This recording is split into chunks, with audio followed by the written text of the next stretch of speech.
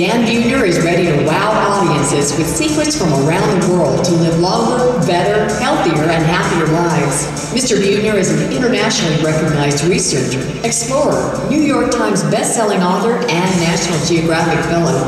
He founded Blue Zones, a company that employs evidence-based ways to help people live longer, better. Blue Zones takes a systematic environmental approach to well-being, which focuses on optimizing policy, building design, social networks, and the built environment. Mr. Buettner is the best-selling author of The Blue Zones, Lessons for Living Longer from the People Who Live the Longest and Thrive, Finding Happiness the Blue Zones Way. Please welcome Dan Buettner.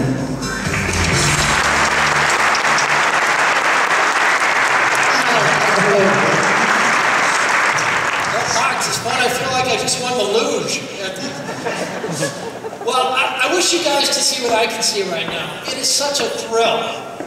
I feel like I'm about to make 1,000 new best friends. I'm actually going to start with a story.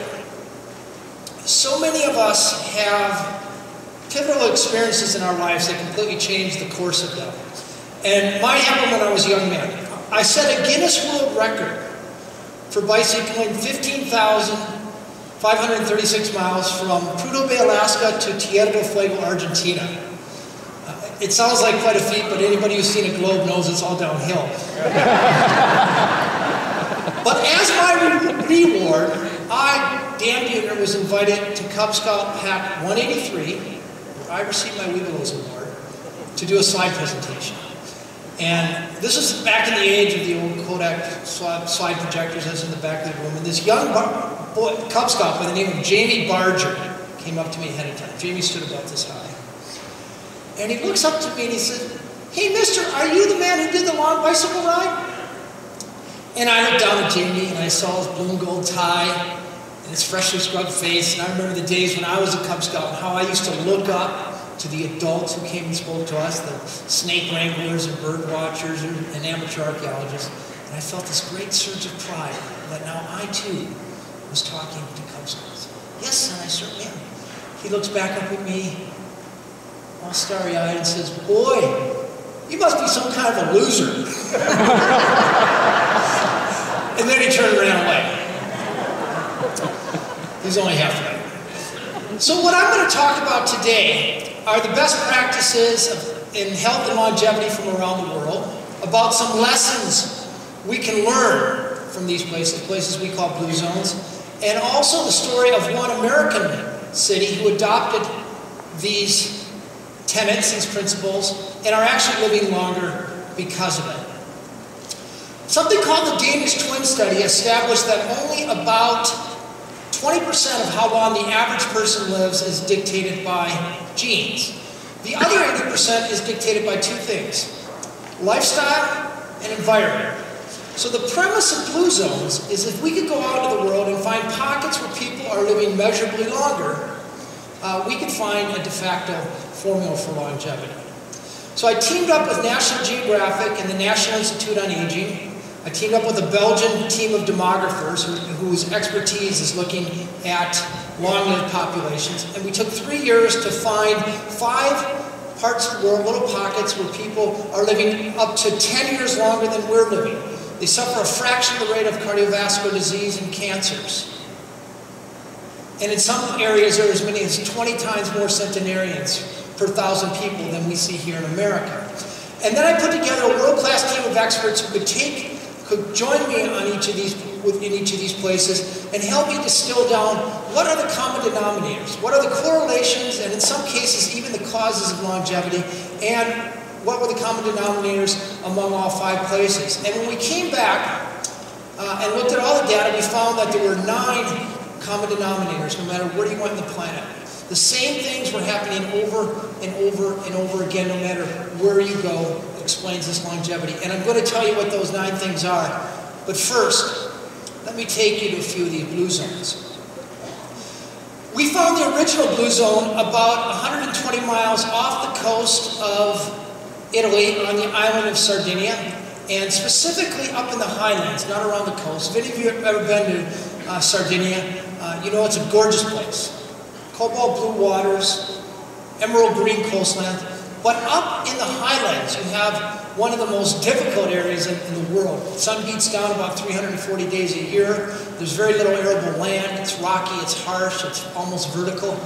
Ironically enough, the white-hot core of the blue zone, where you see that green bullseye, is a cluster of 17 villages up in those highlands. 17 villages, 42,000 people, and this is where you find there's 20 times more centenarians than any place else. And maybe you find this centenarianism among males. This is ground zero, guys, of male longevity. Now, this is a place where you see 102-year-old guys who still ride their bicycles to work, 106-year-old guys who still chop wood, and can beat a guy 65 years younger than him in an arm wrestle. And no idea let him win. The thing I like to point out about this picture, this was a morning interview. I was there about 7:30 in the morning, and instead of handing me a cup of coffee, he serves me a tumbler of red wine. I already tell they're going to be my kind of people. So the story of the Blue Zone actually goes back about 2,000 years. This is actually not a Mediterranean culture. This is a Bronze Age culture that was pushed up into the highlands by the Phoenicians, by the Arabs, and by the Romans. And since about the time of Christ, they've lived in the same area. And it's a really tough area. And they've developed their own environment, their own culture, their own ways of doing things. They had to develop a fanatic zeal for the family. Like so many parts of the world where there's hardship, people learn to come together. It's sort of like, I live in Minnesota, and you never really meet your neighbor until you get the 3 feet of snow after the blizzard. You have the same sort of connectivity up here in the highlands of Sardinia. Fanatic zeal for the family. A guy goes to work not because he wants to become a millionaire, not because he wants to get ahead, but in all cases, it's for the family. Unlike most parts of the world, or most parts of the Mediterranean, where men wear the pants, here women, well, they don't wear the pants, but they do carry the rifles. This is a matriarchal society. Women are in charge of the house, they're in charge of the garden, they're in charge of taking care of kids, they're in charge of all financial interactions. And while the women are at home worrying, the men, they do most of the work. Traditionally, Sardinian men were shepherds. Now, Sardinia, most of Sardinia around the coast, they're farmers. And what's interesting, and when you look at all the factors that explain longevity in Sardinia, the one factor that most strongly correlates with longevity is whether or not you're a shepherd. Which starts to lend this idea that, and you know, farmers' lives, they work really hard for part of the year, and then when it's not growing season, they kind of sit around. They sort of have vacation. Shepherds, on the other hand, regular low-intensity physical activity every day. They're waking up at about 9 or 10, they spend some time with their animals, they pasture them for a while, they come back, eat lunch, take a nap, have a glass of wine, pasture their animals. We figure they walk maybe 4 or 5 miles a day, low intensity, not a lot of stress. Sometimes they're out in the fields for months at a time, which has forced them to develop a certain kind of a diet. They had to figure out, they didn't have refrigeration obviously since the time of Christ, but they figured out a type of unleavened bread. They call it carta de musica, which is made of durum wheat, the type of wheat we make our whole wheat pastas out of, not the wheat we make Wonder Bread out of. But whole wheat bread, a type of cheese called pecorino that's very high in omega-3 fatty acids, grass-fed animals, and then a type of wine called Cananao, which has the highest levels of polyphenols in the world. There's nothing like dirty boots to add to the bouquet. Yeah. You know, one of the beauties, by the way, of working for National Geographic, is they'll give you a year to write one story. And if you need a helicopter to take an aerial shot of Sardinia, you can use your satellite phone and a helicopter will come. I got a read after hearing about 4 of the 5 blue zones that they all had sort of longevity. They all had wines that they claimed was part of the formula for longevity. And there's lots of other wines with the longevity claim. I had them all shipped to London. A guy named Roger Corder, whose expertise is measuring polyphenol levels in wines. And sure enough, this Sardinian wine, It's from the Grenache grape, Okinawa it's called, had 3 times the level of polyphenols, those artery-scrubbing antioxidants, than any other known wine in the world. And these people drink it pretty regularly, a little bit for coffee break, a little bit at lunch.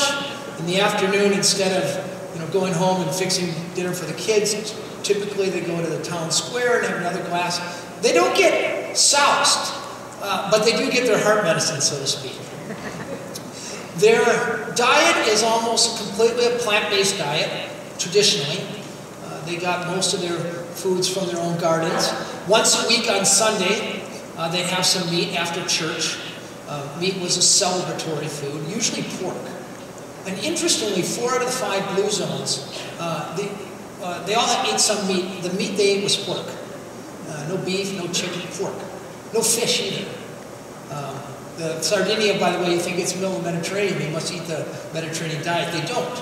They are miles away from olive groves, and to get down to the ocean, that occasioned a day journey each way. So traditionally, fish wasn't really part of their diet. Pork, fava beans, this wine, barley, very hugely correlated with longevity here in Sardinia, and then the foods they grew in their gardens. But what's more important than what they ate or what they did, when really getting down to what explained longevity, were their attitudes. Unlike America, where social capital seems to peak at about age 26, here the older you got, the more celebrated you were. And for me, the great emblem of that is you go to these old man bars up in the highlands of Sardinia, where you'd expect to see like girly calendars or chicks in bikinis on the calendars. The calendar they had in these bars was the centenarian of the month calendar. When you got old, you didn't retire. 80, 90, even 100 years old, you stayed working. Now, it wasn't really backbreaking work. It was, you saw 100-year-olds working in City Hall, just being the counselor to the mayor. Sometimes they were on city patrols. Almost all of them, and this is key, lived with or very close to their children or their grandchildren. And it wasn't that they were just recipients of care.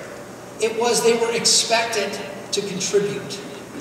This lady here, her name is Raphael, 107 years old.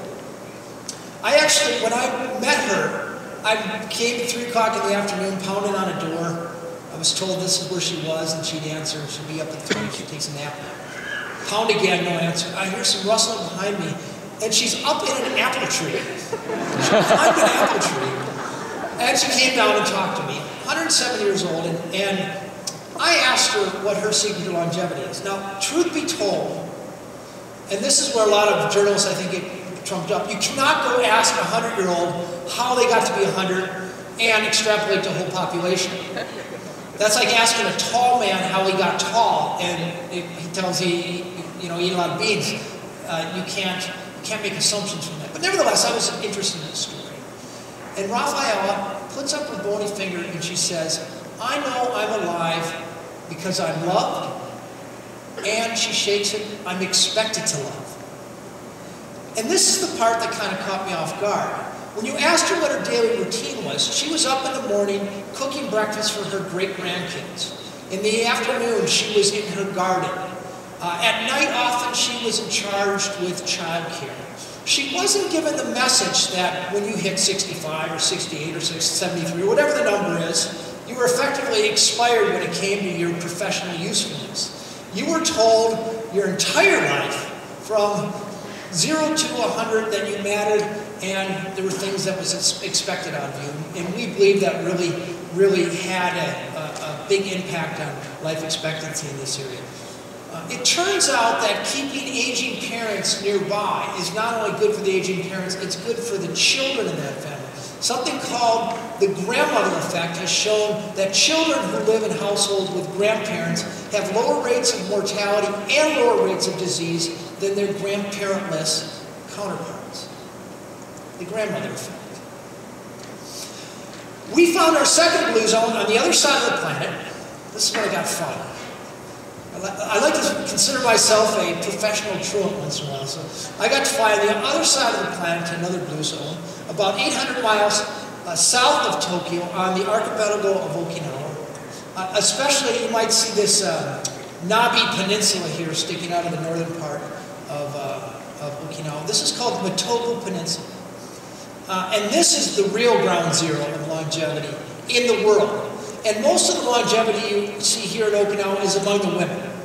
Longest lived population on the planet Earth. But the population as a whole is very impressive. They have the longest disability-free life expectancy in the world. What does that mean?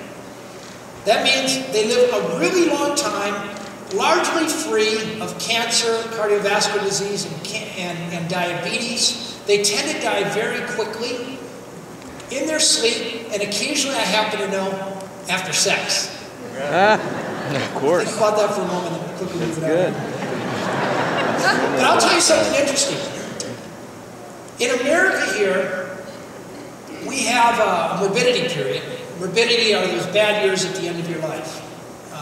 And in those years, Americans will spend about 95% of their lifelong healthcare dollars. Those last 3 years, disabled, bad years at the end of their life. In America, the average morbidity period is about 3 years. In blue zones, the morbidity period is less than a year. So at least theoretically speaking, they're not only living longer, healthier lives, but they're also leaving 3 times more left over for their descendants and the people around them. They live 7 good years longer than the average Americans, 5 times as many centenarian, 1/5 the rate of colon and breast cancer, and as you all know, those are big killers here in America, and then 1/6 the rate of cardiovascular disease. About 85% of Americans over 60 in this country will die of one of the diseases in those last 2 risk factor clusters. And the fact that this culture can yield these numbers suggests, I will submit, that they have something to teach us. So what do these people do? What do they eat? Well, once again, this is a culture that eats mostly a plant-based diet. Some plants we recognize, a lot of plants we wouldn't. Some interesting ones we paid attention to was bitter melon. You can get this in Oriental markets. This has 3 compounds that lower blood sugar, one of the highest concentrations of antioxidants of any vegetables on the planet. It's unbelievably bitter, and for most Americans, you take a bite of it and your face puckers up like a pumpkin after a hard freeze, but you get used to it. Turmeric is another food that has often been connected to longevity there. And then tofu. They eat about 8 times as much tofu as we do here in America. Now, I know eyeballs roll when you say tofu in America, especially with all this good eating in Las Vegas, Morton's and so forth. But tofu is arguably the greatest food human beings have ever invented.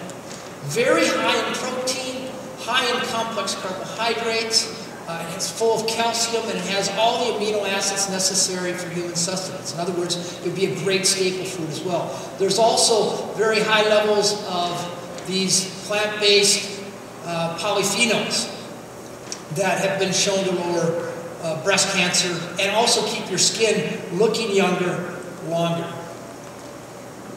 But more important than what people eat is what they don't eat.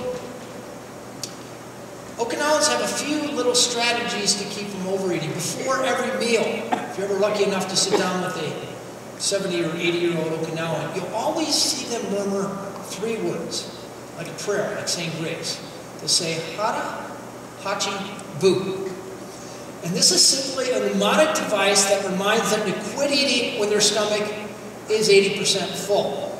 And sometimes you'll see it manifested on the plate.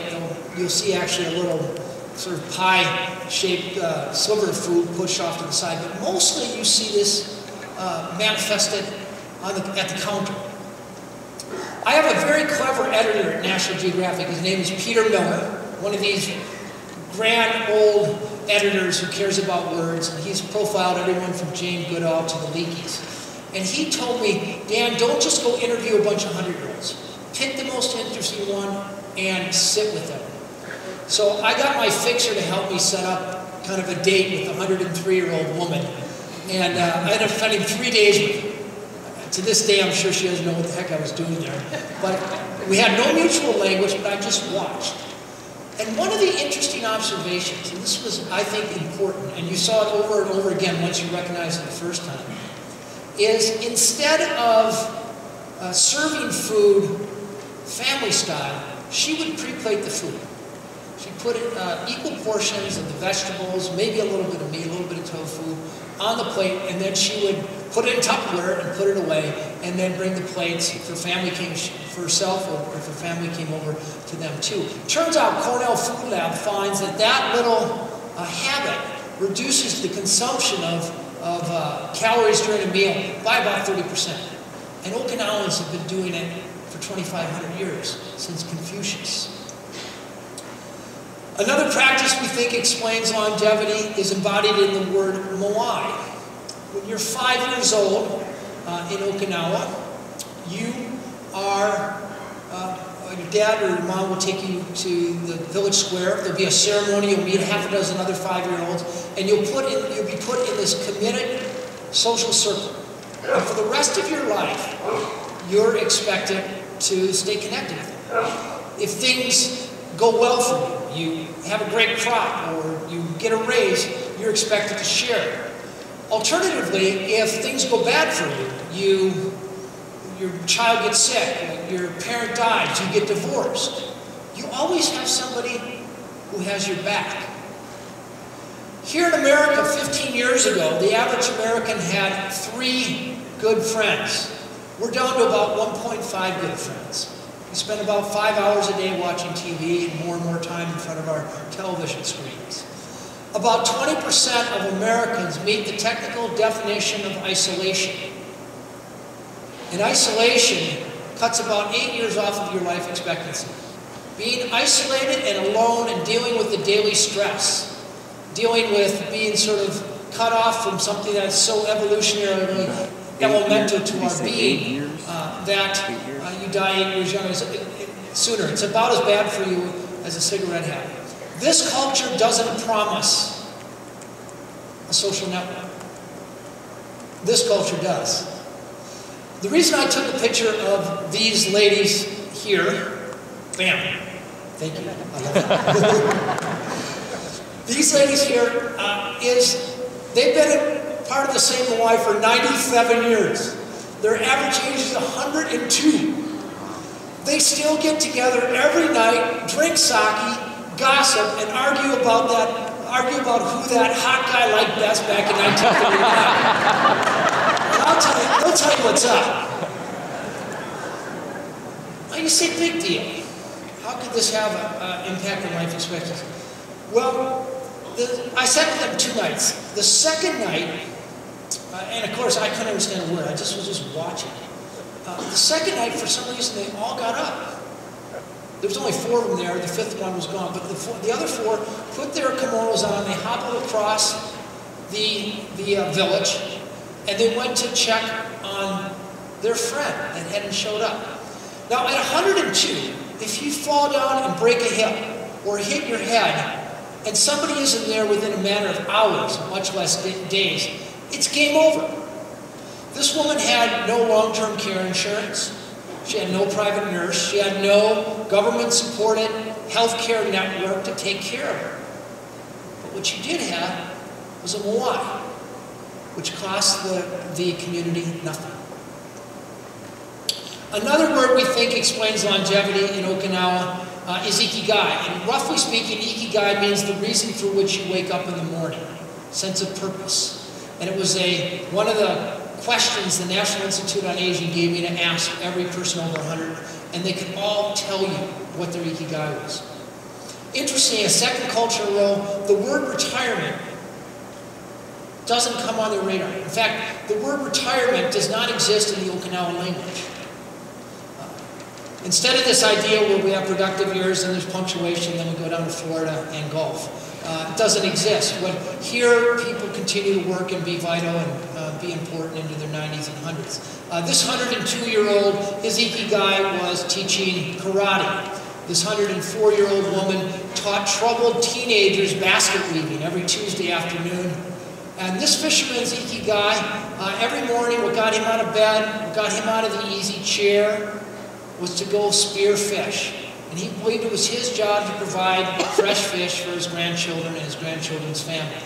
He'd go out every morning and spend it, and for him it was fun. He'd dive down, put on bamboo goggles, dive down, spear fish, come up, and then he'd go give it to one of his grandchildren's family. This guy's 97 years old, and he too could beat me in an arm wrestling. For Kamada-san, her ikigai was simply her great-great-great-granddaughter. Ironically, Okinawa is one of the few cultures on the planet where females are the spiritual leaders. They're called Noros, and in Okinawa, in this part of Okinawa, Ogimi, Kamada-san was the spiritual leader. But her ikigai was this little child. And when I asked her what it felt to hold a great-great-great-grandchild, a child that was 101 and a half years younger than her, she put her head back and she said, it feels like leaping into heaven. Just one of those stories that almost make you look forward to getting old. Yeah. So then, Peter Miller, my editor, said, you need to find America's Blue Zone. And I go, well, this is going to be a challenge. And so there's a brilliant people, demographers. Every state has one, and we spent a good bit of time, and we found really the highest concentration of centenarians in America in western Minnesota and northern Iowa. But you take a closer look at that, and you see what's happening is the younger people are moving to the city, and the new retirees are moving to Arizona, Florida, Las Vegas here, leaving an artificially high proportion of the oldest old.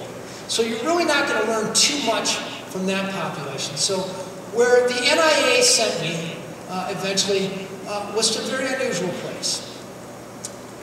About 90 miles southeast of Los Angeles, in the San Bernardino Valley, you drive down Highway 10, you're under a blanket of smog. You exit at the Loma Linda exit. The first thing you see on your left is a Wiener Hut, and on your right is a Del Taco. And you've arrived at America's Blue Zone. Wow.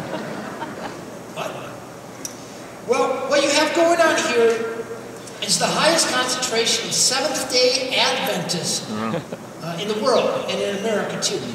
Adventists are conservative Methodists who distinguish themselves from other Christians in that, number one, they evangelize with health. They live it.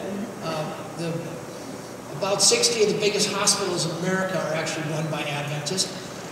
But they also celebrate their Sabbath. Instead of on Sunday, they celebrate it on Saturday. Now, the NIA has been funding the Adventist Health Study for about 30 years, and this has followed 60,000 Adventists. This is a gold standard epidemiology study. Now, life expectancy for women in this country right now is 80, but life expectancy for Adventist women is 9 years longer, 89, and for men, the difference is even more extraordinary. Adventist men live about 11 years longer than their North American counterpart. So you average it out, it's an extra 10 years of life expectancy. A decade. And these are Americans who live next to a Del Taco and a Wiener Hut. What do they have going on? If you look at an Adventist congregation, they look no different than any other congregation in America. They're white, they're black, they're Hispanic, they're Asian. They live among us, but yet they're living an extra decade. And also, by the way, with a fraction of the rate of chronic disease. How do they do it?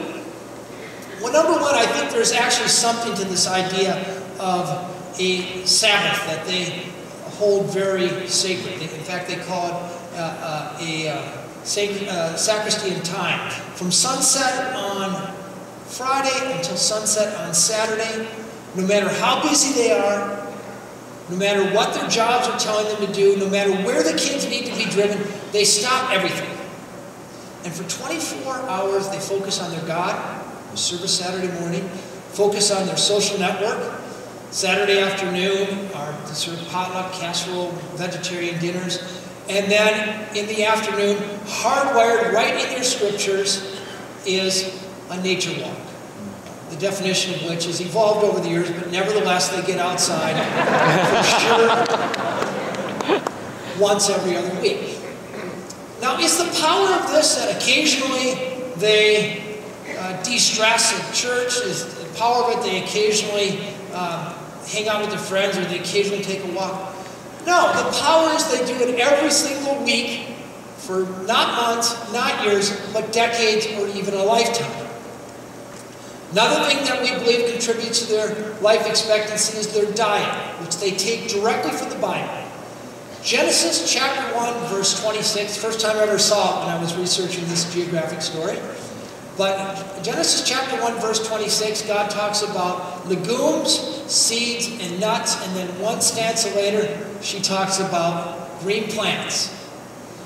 For the third culture in a row, a plant-based diet. It's not to say they don't snitch a piece of meat every once in a while, but for the most part, it's a plant-based diet.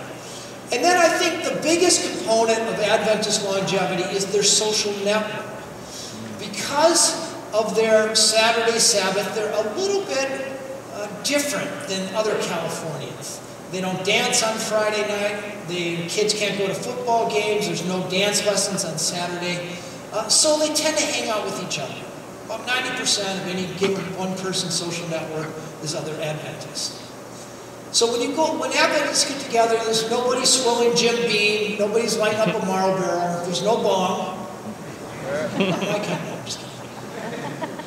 But you see, the types of behaviors, the types of influences that travel through these social networks are almost all positive. And it's reinforced every week, and in some cases every single day. This is the culture that's yielded Ellsworth Wareham. Ellsworth Wareham's 97 years old. He's a multimillionaire. I spent a lot of time with him. A very rich guy. Yet when a contractor wanted $6,000 to put a privacy fence around his backyard, he's like, well, for that kind of money, I'll do it myself. So 96, 97 years old, sun's beating out at 98 degrees. He's out back shoveling holes and hauling timbers. Sun beating down now. Why don't you spend some of your 6 Fourth day, predictably perhaps, he ends up in the operating room.